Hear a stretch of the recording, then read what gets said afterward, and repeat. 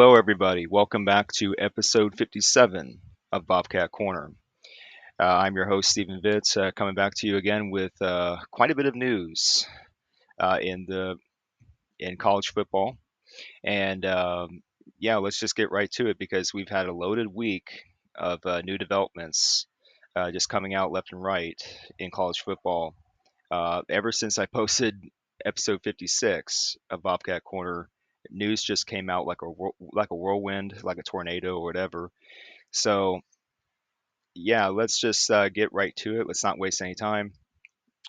Uh, First off, the first story I want to talk about is Memphis proposing to the Big 12 conference with a proposal that seemingly, you know, the conference couldn't refuse on the surface. But as you'll see here in this article written by, of course, Ross Dellinger of Yahoo Sports, um, as you can clearly see when you read this article, guys, that Big 12 leadership, they were not all that moved by it. Now, the title of this article by Dellinger is Memphis Proposing Lucrative Offer to Join Big 12, but it lacks support from conference leadership sources. The $200 million membership proposal would be the priciest in college sports history. Now, the reports about that have been changing ever so often, like 200 million, 250 million, or even more than that.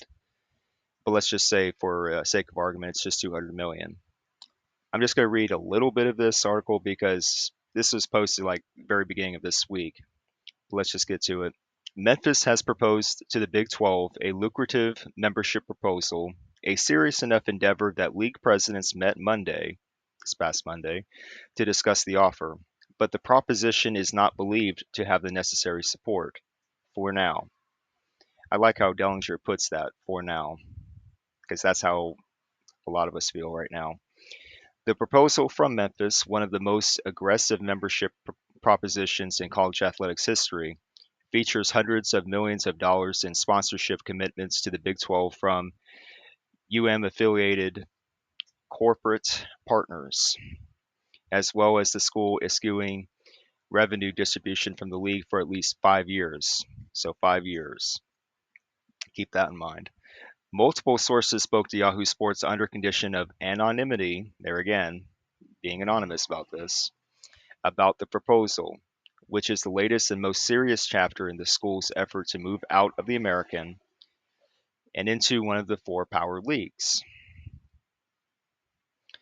This particular effort began more than a year ago. Memphis President Bill Hardgrave has spent at least 14 months visiting with the presidents and top athletic administrators of many Big 12 schools in individual on campus meetings that have culminated in a membership offer to the league that is expected to be as high as $200 million over the next 5 years.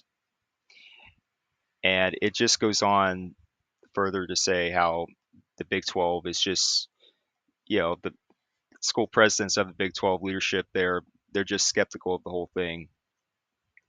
And reportedly, uh, reportedly brands like FedEx, Home Depot, I believe, or was it Lowe's? It was one of them. They were involved in this proposal. Memphis straight up uh, was wanting to pay $200 million to get their way into the Big 12 conference. And if that sounds familiar to you in a sense, then look no further than what SMU did to buy their way, so to speak, into the ACC.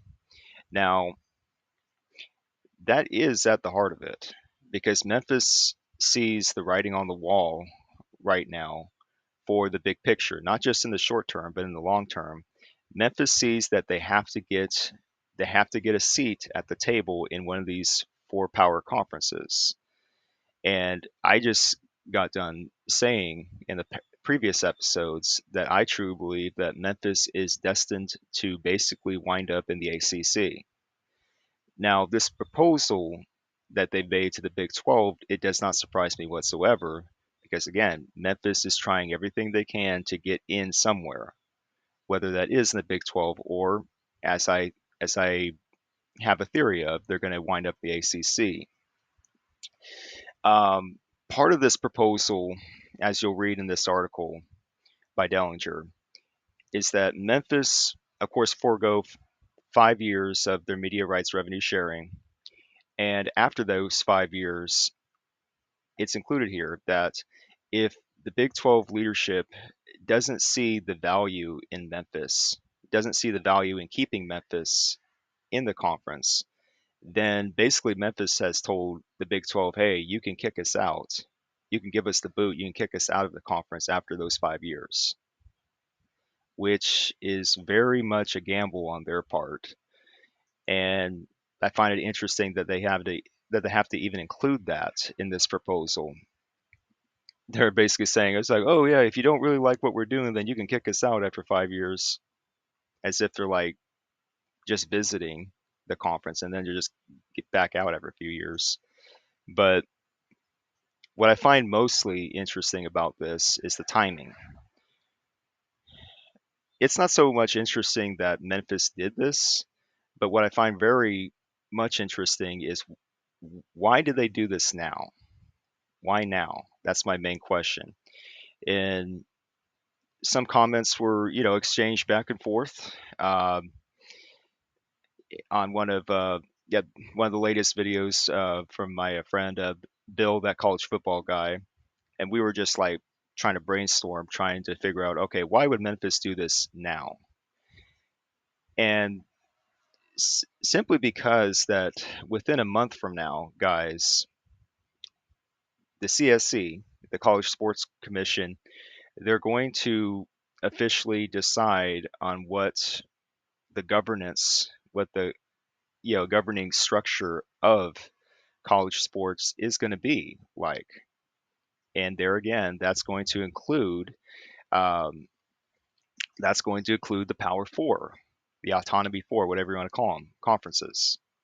Memphis knows this, and they want to be part of that club, so to speak. So the timing of it raises questions, but it also makes me go, yeah, I can see why Memphis would want to hurry up and start doing this, because at any given moment it could be decided by the CSC, by this new governing body, that yeah, there's going to be an actual split, which I hinted at just in the last episode of Bobcat Corner, episode 56, where there'd be like multiple subdivisions within Division One. You're already getting hints of this through the actions of all these conferences, guys. So Memphis sees this. I believe they do. I believe they see this. So that's why they hurried up and went ahead with this proposal. And I do like the fact that Ross Dellinger said for now at the end of that one paragraph, because I do believe that for now, this is not going to fly for Memphis or for the Big 12 for that matter. But I do want to point your attention to one thing down the road, years from now, not right now, but years from now. Um, One thing that another college football YouTuber has been bringing up a lot lately, and his name would be Greg Flugar, Peek Around the Corner. I'm sure you guys have heard of him. Shout out to you, Greg. One thing that Greg Flugar has said a lot is that you would have to find the right blend of schools that would seemingly join your conference. I mean, he says that for the Big Ten and SEC, but you could apply this to Big 12 and ACC as well. So, with that in mind, consider this: Memphis is only one school, right? This is the only school we're talking about right now from the American going to the Big 12, supposedly, seemingly, with this proposal. So that means if the Big 12 eventually were to tell Memphis yes, eventually, then that would just be one more school, and the conference would be at an odd number of teams. What does that mean? You got to get one more school. Memphis is one school, and you got to get one more to even it out. If we're talking about the right blend of schools, then I'm personally thinking this right now down the road is like, okay, if you bring along Memphis eventually, that's one school. Who goes with them? I think we already know the answer to that question, and I believe that would be the University of Connecticut, UConn. keep an eye on UConn within these next couple years to see if anything new really develops on that end. Because specifically Brett Yormark, Big 12 commissioner, he's been really firm about wanting to bring in UConn. That's his personal goal. Now, a lot of the school presidents of the Big 12 don't share the same feelings as him right now, but that's definitely Brett Yormark's personal goal. Is that he sees something in UConn. He sees like the market potential there, TV market potential there. He obviously sees the huge brand of basketball that UConn provides. So Memphis, UConn could be the right blend. Just something for you guys to think about within these next few years. Again, that will take years to develop. Anyway, let's move along. We have a lot more things to talk about here. Speaking of the American, and I'm just going to call them the American Conference at this point because that's going to segue into another thing here. Formerly known as the AAC, the American Athletic Conference, they have now rebranded to American Conference and announces new mascot ahead of 13th season. You can also see this on Yahoo Sports. This is not written by Ross Dellinger, but contributing writer Leociano Calo. Hope I'm saying his name right. But yeah, he wrote this article about the American Conference rebranding. I'm not going to take too much time on this, but it is something worth noting, guys. The American Athletic Conference is changing its name to American Conference or simply American as part of a rebranding effort. On Monday morning, several reports emerged that the league is dropping its old name after being dubbed the AAC since 2013. The conference later announced the rebrand on their website. Along with the name change, the conference announced its new mascot, Soar, the eagle, of course, American Eagle. The Americans' new website will launch on Thursday amid its media days in Charlotte, North Carolina. In a statement, Commissioner Tim Pernetti said, "A brand is more than a name." Over the past year, we stepped back, listened, and involved our community. That's how real, lasting identity is built. We're not slick, we're strong. This brand defines who we are, service and mission, driven institutions of higher learning and with highly competitive athletics and deeply committed leaders. Just goes on to show a tweet posted by Ross Dellinger here, of course, announcing the rebranding. So, along with the Memphis article, I'm going to post this article down below in the description box, the link to it, so you guys can check out what's going on here with the rebranding of the American Conference. American Conference. Yeah, as far as my opinion goes about this, I mean, I'm not surprised by it. I mean, I don't hate the move. When it comes to the rebranding, Soar the Eagle, okay. I have like definitely a neutral stance to it. It's like it doesn't really matter to me. It doesn't affect me. So I see this rebranding. It's like, okay, if this is what you guys want to do, fine, go ahead and do it. I mean, I'm not like overly ecstatic about it, but I don't hate it either. So it's like if this is what the American Conference and leadership over there, if that's what they want to do, they want to rebrand, that's fine. I mean, they're trying to reach out to a broader audience. I see what they're trying to do here with this rebranding. I mean, it doesn't hurt. I mean, they don't stand to lose anything, in my opinion. So if this is how they want to operate going forward under a rebranded name, so be it. So yeah, if you guys have any thoughts on this, the rebranding of the American Conference, let me know in the comment section below. Please provide comments because that helps out concerning the YouTube algorithm, which I don't like, but whatever with that. Anyway, moving forward yet again, because we have a lot to uncover here, guys. Um, Another article written by Ross Dellinger, Yahoo Sports again. This has to do with collective bargaining.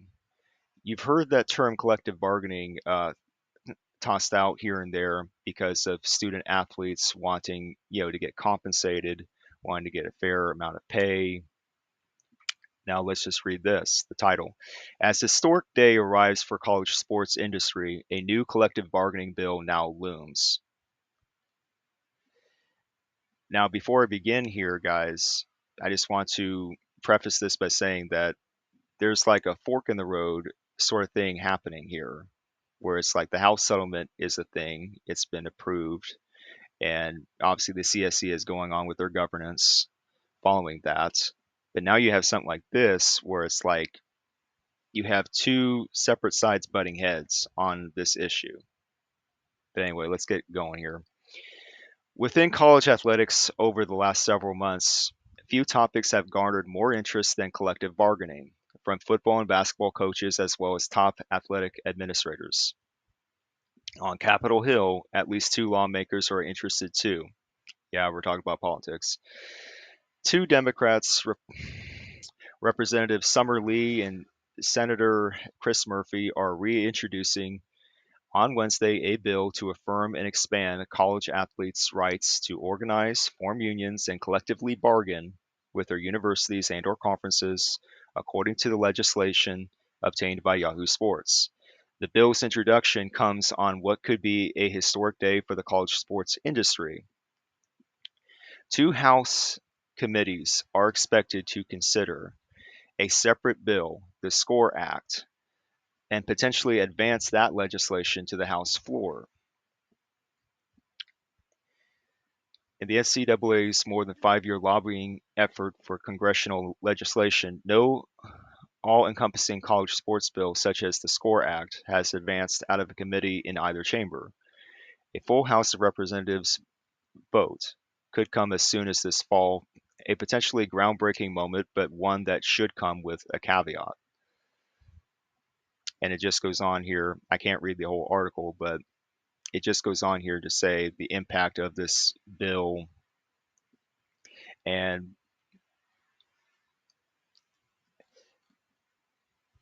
how it just like conflicts with the SCORE Act, because these are like two separate things going on. Skipping down to this paragraph.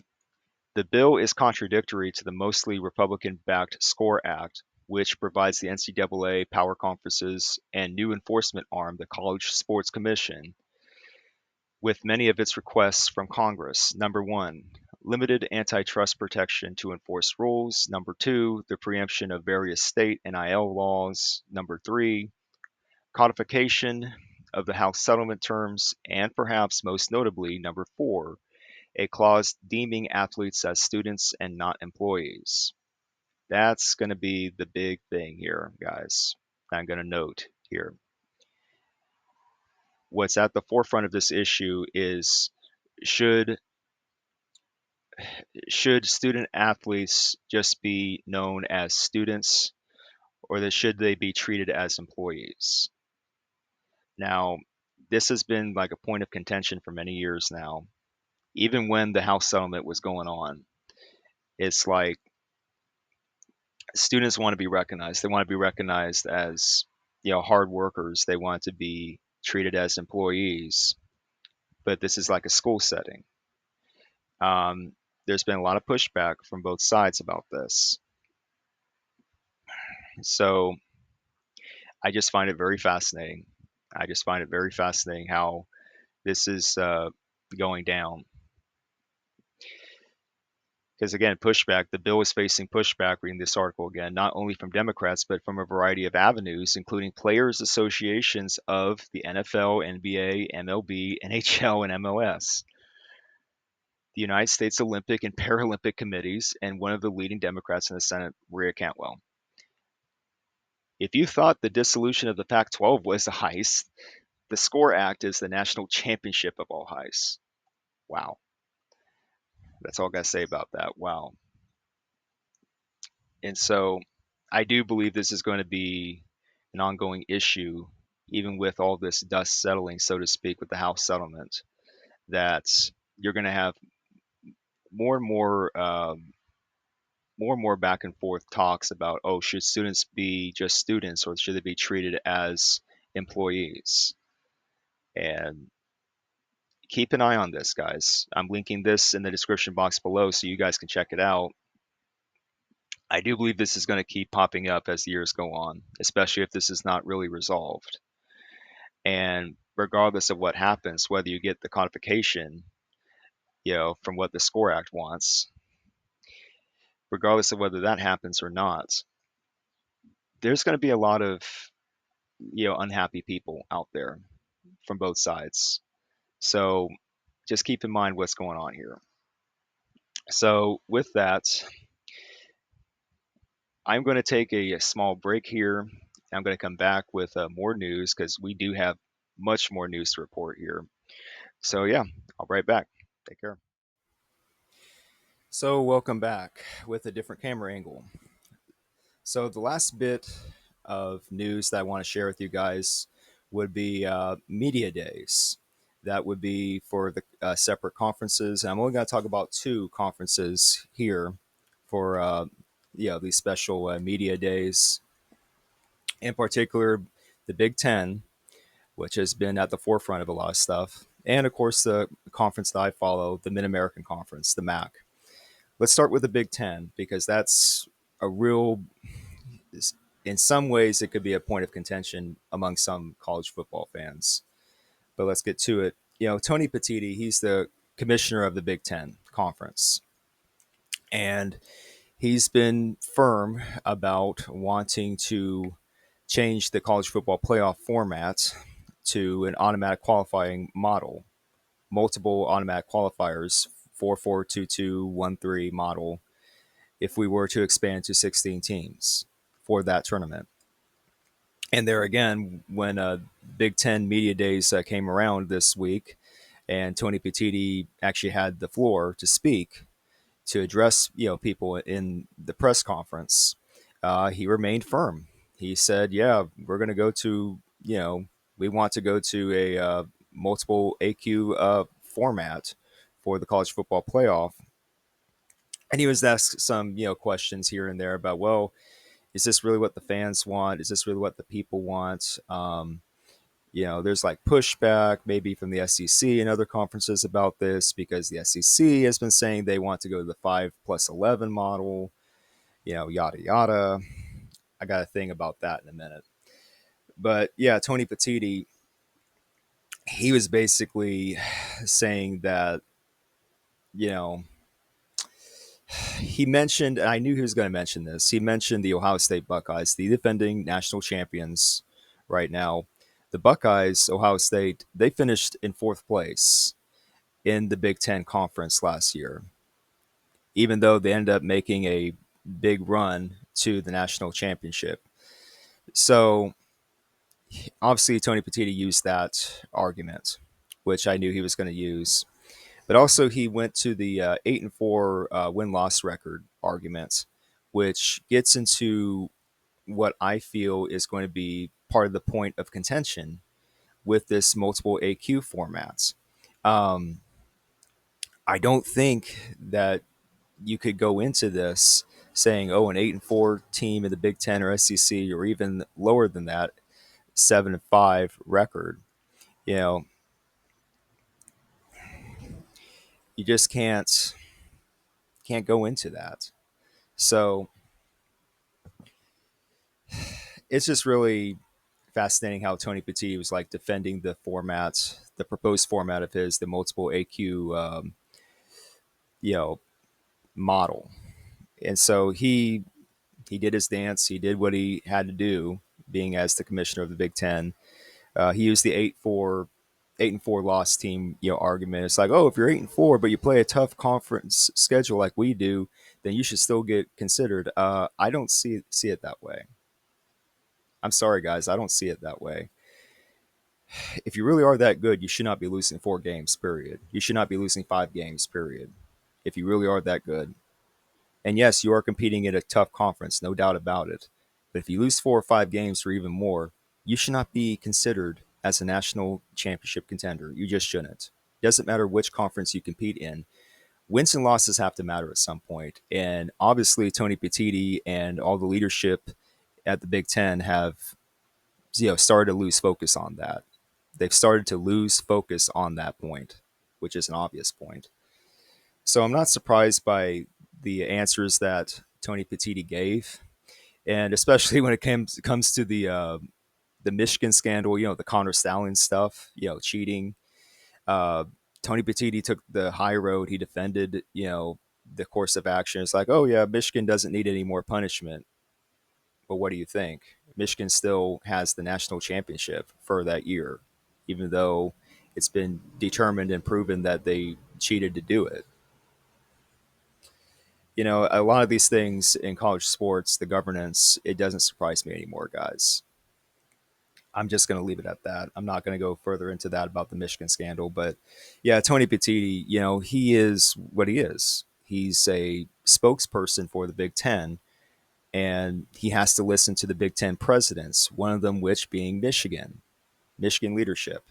So, not surprised by that answer. But yeah, the college football playoff format, not surprised that Tony Petitti defended that model of the multiple AQs, even though I believe, just my opinion, I believe he's wrong in proposing that.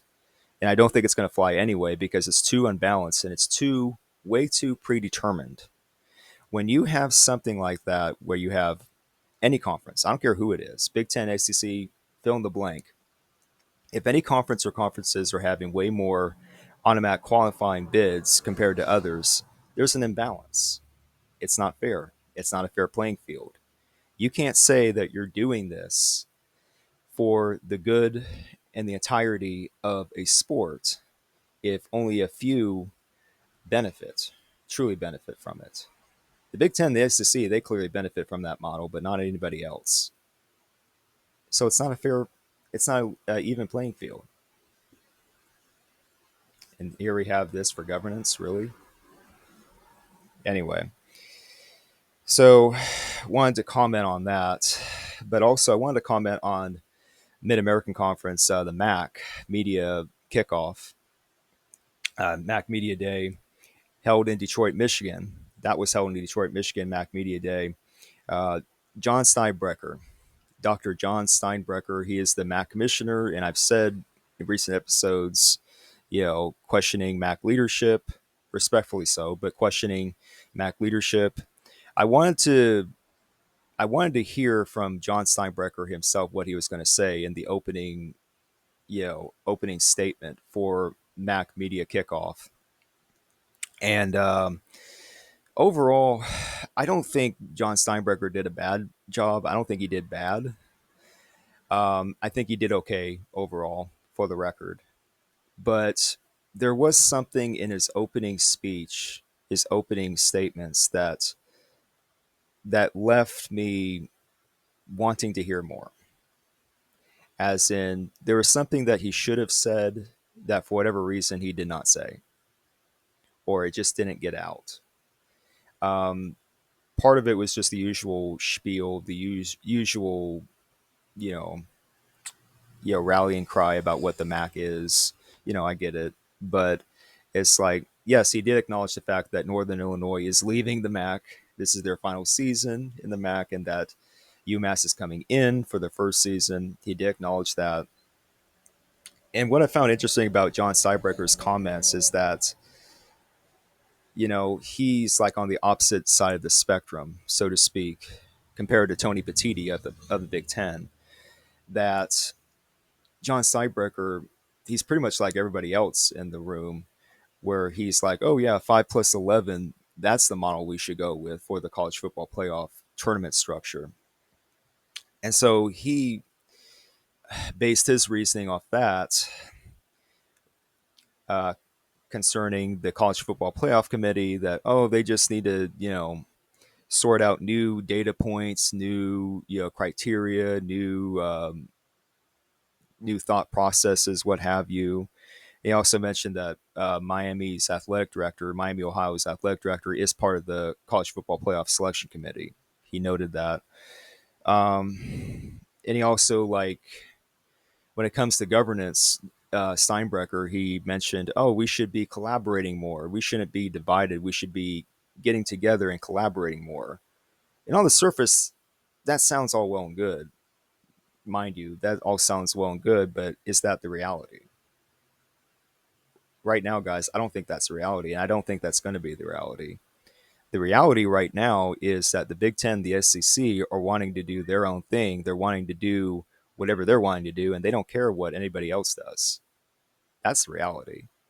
So, yeah, but also one last thing for Mac Media Day is that the Ohio Bobcats, and I want to mention this, is that they were briefly a brief interview for what they were doing on ESPN Plus.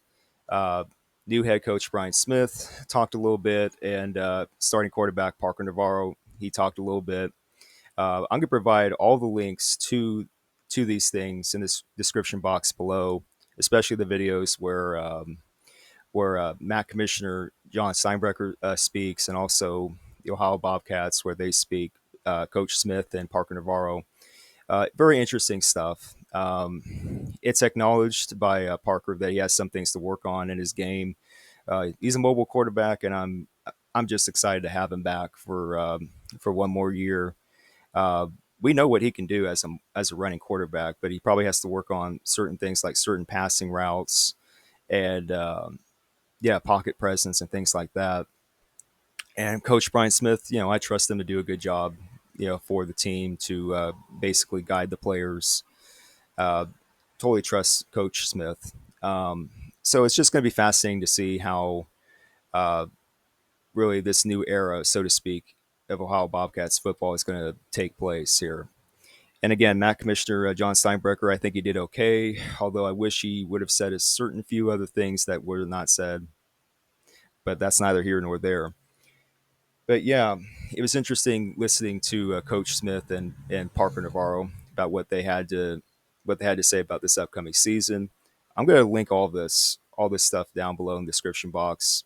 What Matt Commissioner Jon Steinbrecher said, what the Ohio Bobcats said, and of course what Big Ten Commissioner Tony Petitti said when Big Ten had their media days in Las Vegas. So yeah, very interesting stuff. Very loaded uh, week of college football news, guys. It's fascinating to me what I'm seeing here, what I'm seeing develop here, because one week you could have something over here developing, and then the next week you have something totally different over here developing, and you're trying to get to the middle ground here, trying to put it all together like a jigsaw puzzle. It's just very interesting. This is why you have college football YouTube channels popping up now, such as this one, because this is just a fascinating time to be following college football. So, yeah, let me know what you guys think in the comment section below.